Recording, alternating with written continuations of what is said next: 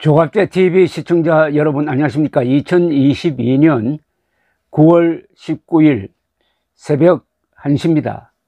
요사이 텔레비전을 통해서 고 엘리자베스 2세의 죽음과 장례식 준비 과정을 보시는 분들은 역사의 무게를 느끼게 될 것이라고 생각합니다. 영국이 가지고 있는 역사, 그 역사는 영욕의 역사입니다. 어느 나라도 영광의 역사만 있는 나라 없습니다. 그리고 오욕의 역사만 있는 나라도 없습니다. 영광과 오욕이 같이 가는 것이고 역사는 그것을 다 포괄하는 것입니다. 그리고 오늘을 살고 있는 사람들은 역사의 그 이중성, 역사의 복잡성을 인정을 해야 합니다.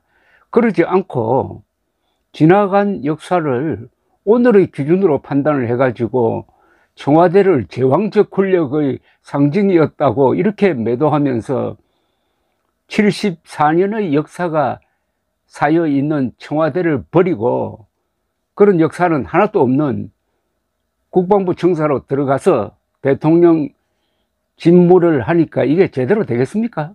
역사에 침을 뱉은 윤석열 대통령을 역사가 보호하겠습니까? 역사가 저주를 하겠습니까?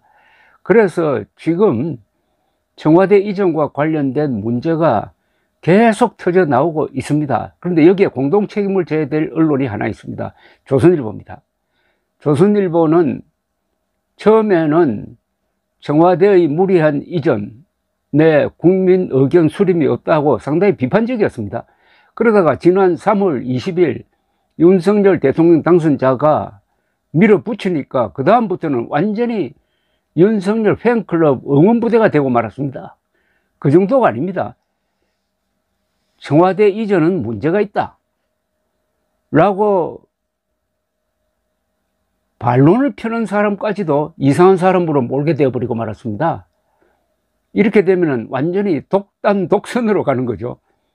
심지어 청와대 이전에 반대하는 사람은 문재인 세력이다 라는 식으로 계속 글을 쓰고 칼럼까지 쓰고 하다가 이제 자가당착에 직면하고 말았습니다.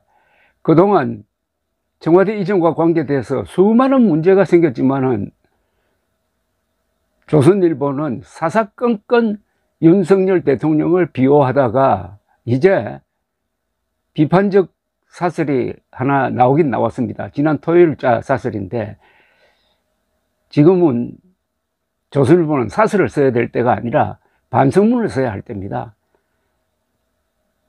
역사를 소중하게 여기고 특히 한국 현대사를 긍정하는 신문이 조선일보 아닙니까?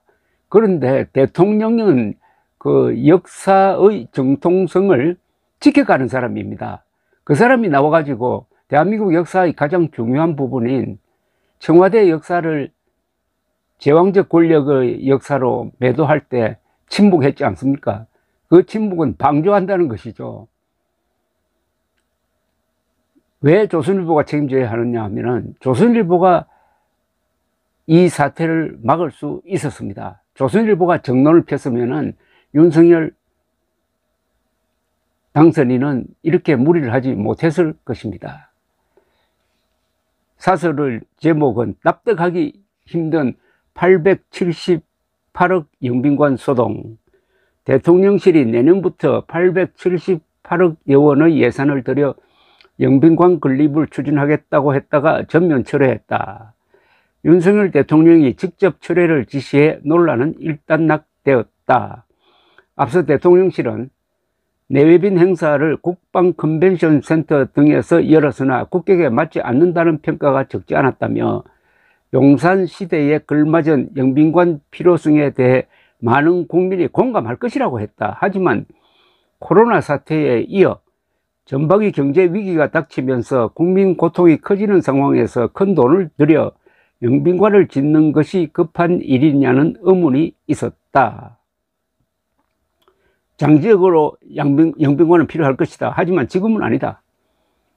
예산 편성 사실도 국회에 예산안을 제출한 후에야 뒤늦게 알려졌다. 공공기관 건물이라 예비 타당성 조사도 면제되었다고 한다. 국방 컨벤션 센터나 국립박물관 등을 이용하는 게 불편하다면은 기존 청와대 영빈관을 이용하면 된다. 윤 대통령도 당선인 시절 국빈 만찬 등의 청와대 영빈관을 쓸 수 있다고 했다. 청와대를 국민에게 개방했더라도 경호나 행사 진행에는 별 문제가 없다고 한다. 대통령실 이전 비용도 당초 496억 원 외에 300여 억 원이 더 든 상황이다. 뭐 이 정도로 마무리를 하고 있는데, 여기에 요 말, 기존 청와대 영빈관을 이용하면 된다는 말은 상당히 정확한 지적입니다. 그런데 이걸 읽어봐도 아직도 조선일보는 청와대 이전 사태의 심각성을 이해하지 못하고 대안을 제시하지 못하고 있는 것 같습니다. 대안 제시가 있어야 될 것 아닙니까? 그것은 청와대로 돌아가든지 아니면은 영빈관을 포함해서 신축 청와대를 대신할 그 청와대에 버금갈, 오히려 그 청와대를 뛰어넘을 세계적 건물로서 신축해야 된다는 것이 지금 유의한 대안 아닙니까? 하나는 청와대로 돌아가는 것이고, 아니면은 용산에 제대로 된 건물을 짓고 여기에 반드시 관저와 집무실을 같이 같은 건물 안에 넣어서 출퇴근하지 않도록 해야 된다. 이런 전체적인 대안에 대한 생각 없이 하고 있는데, 이제 조금 있으면 또 구 외교부 장관 청사를 리모델링한 대통령 공관이 문을 열 때 또 한 번 파동을 겪게 될 것입니다. 그게 돈이 얼마 들었니? 많으니? 그게 왜 비서실, 경호실, 군부대가 왜 들어가 있느냐? 등등. 그것으로 끝나는 게 아닙니다. 출퇴근에 하루 수백 명의 경찰 병력이 투입되고 있다. 그것으로도 끝나는 게 아닙니다.